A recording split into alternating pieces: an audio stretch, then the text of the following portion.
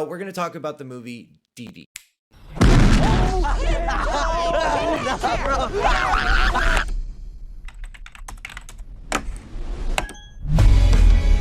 What was your name again? Chris. All my friends just call me Wang Wang. What should I call you?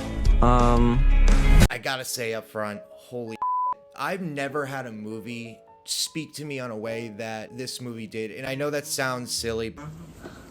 Yeah. You silly goose. You're so silly. It spoke to me on a lot of different levels. This movie is based in 2008. During that time, I think I was just starting high school. I gotta say, as much as I'm a handsome young devil, I was a weird kid. Oh no! Braces, acne, the whole period piece, and using certain things from that time period made me just kind of go, whoa. Remember certain memories in my life that I haven't thought about in God knows how long. It feels like such a distant memory. I just turned 33. Dude, what the f***? Why are you f***ing here, man? You're so old. The story of Didi is about this kid named Chris Wang. He's just an awkward kid, constantly fucking up, trying to figure himself out. A lot of moments in this movie I related to because a lot of those things happened to me. Like, this was a time when YouTube just started, MySpace was a big thing, and Facebook was just kind of getting its legs, you know, using AIM. It was just so weird to see. Like, I totally forgot how crazy having that instant access to talking to your friends compared to like growing up in the 90s, we had a home phone. Yo. What's up?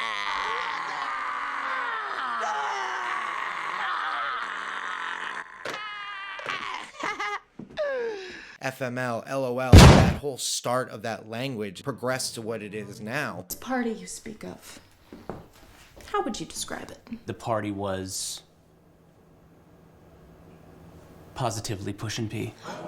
That's cap, Your Honor. It's giving leading question. Take several seats, Mr. Simpson. You'll have your chance to clap back. This ain't it, Chief. So in the movie, they actually do a good job of showing like MySpace. Back then, if you had a MySpace, you were able to rate your friends by a top 8. If someone ever moved you down from your position, like let's say you were at number 2 and you were like brought down to 5, you knew your friend was mad at you. Or if you were dating someone, you were first and then they took you off the top 8, you were probably getting broken up with.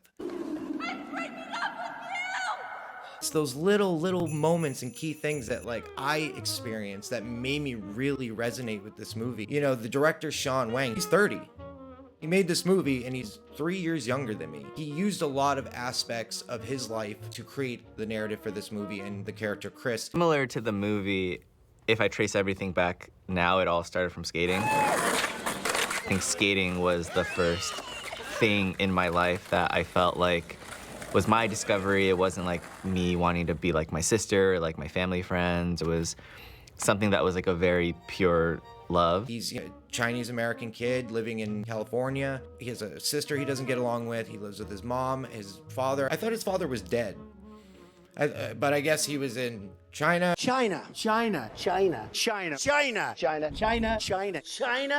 Working. I don't know. Chris and his sister are actually like constantly fighting. You're never gonna survive high school. You're like a lizard with your scaly ass eczema skin. Pizza face! Ah, lizard bitch! You just called me a bitch! Bitch. 什么叫 bitch？ 说这话。Nobody likes you. Throughout the movie, you watch them grow and finally accept each other and love each other because his sister ended up going to college and then he's left alone. He's by himself with his mother and his grandmother. Angry. No, you're beautiful. I love you. I love you. The thing that this movie does so well is whole progression of like those friends you had in middle school, and then when high school comes, everybody starts to grow into their own person. You kind of separate, live your own lives, and start to figure yourself out, and you don't really relate as much.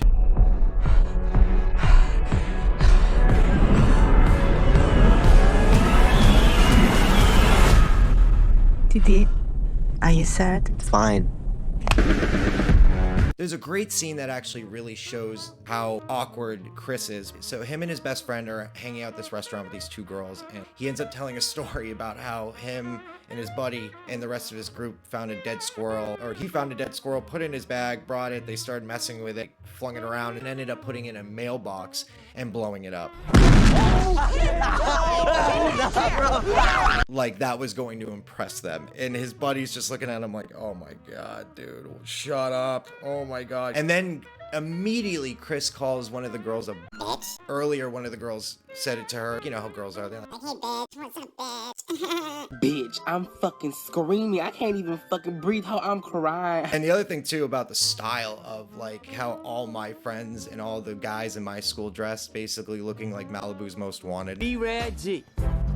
I run things around here. Now, sometimes busters be disrespecting you, and you can't punk out no matter what the devil may bring. Hey, yo, fool. We about to have some hardcore drama go down right about now. That's right. It was just so crazy because like the style, everything was perfect. How they made it feel so lived in. And the one thing that like made me dying laughing because Paramore was a big thing. This is when they just finally came out with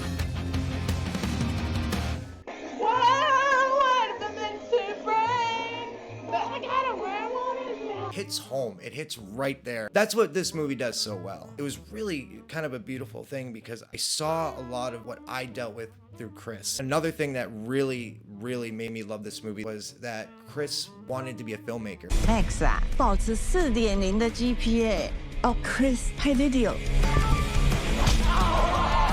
There's a scene where he meets these older kids and he's like, yeah, I film skateboarding videos. Yeah. If you guys need a filmer, I film. And they're like, dude, film us. They go and look at the footage, like, yo, show us the footage. And it's so bad. Man, this kid's kind of whack. Yeah, you're kind of right.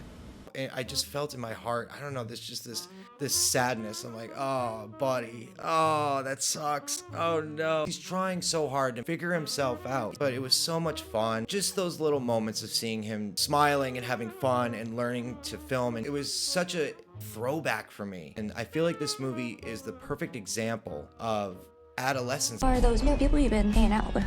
Friends. Promise me you won't do anything stupid.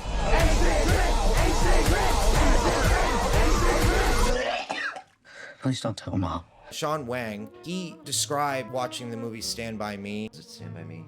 I think so. Stand By Me, sure. That movie with the fat kid, one of the Corey Taylor kids or whatever. I don't know.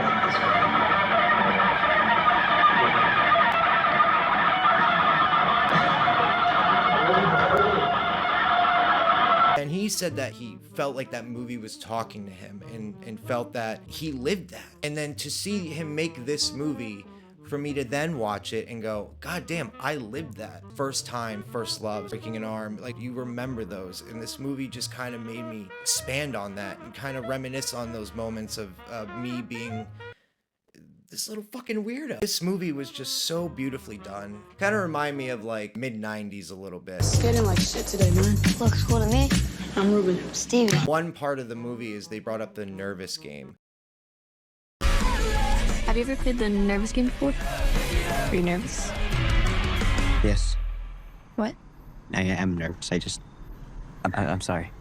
I can't even believe that that was even brought up. It's just boys who wanted to play that, and then would just go up to a girl and be like, but to see it played out in the way where it's awkward and uncomfortable, being put on a film and done so accurate. And I really appreciate the detail of those little things of playing the nervous game, bringing AIM, MySpace, Facebook, and these moments of screaming at your parents. 知道你这样做，别人会怎么看我？ I'm your son. I'm sorry I'm not a bragging right to your friends. There's those moments of growing up and having to deal with those emotions, and this movie did it so perfectly. It's a little hard.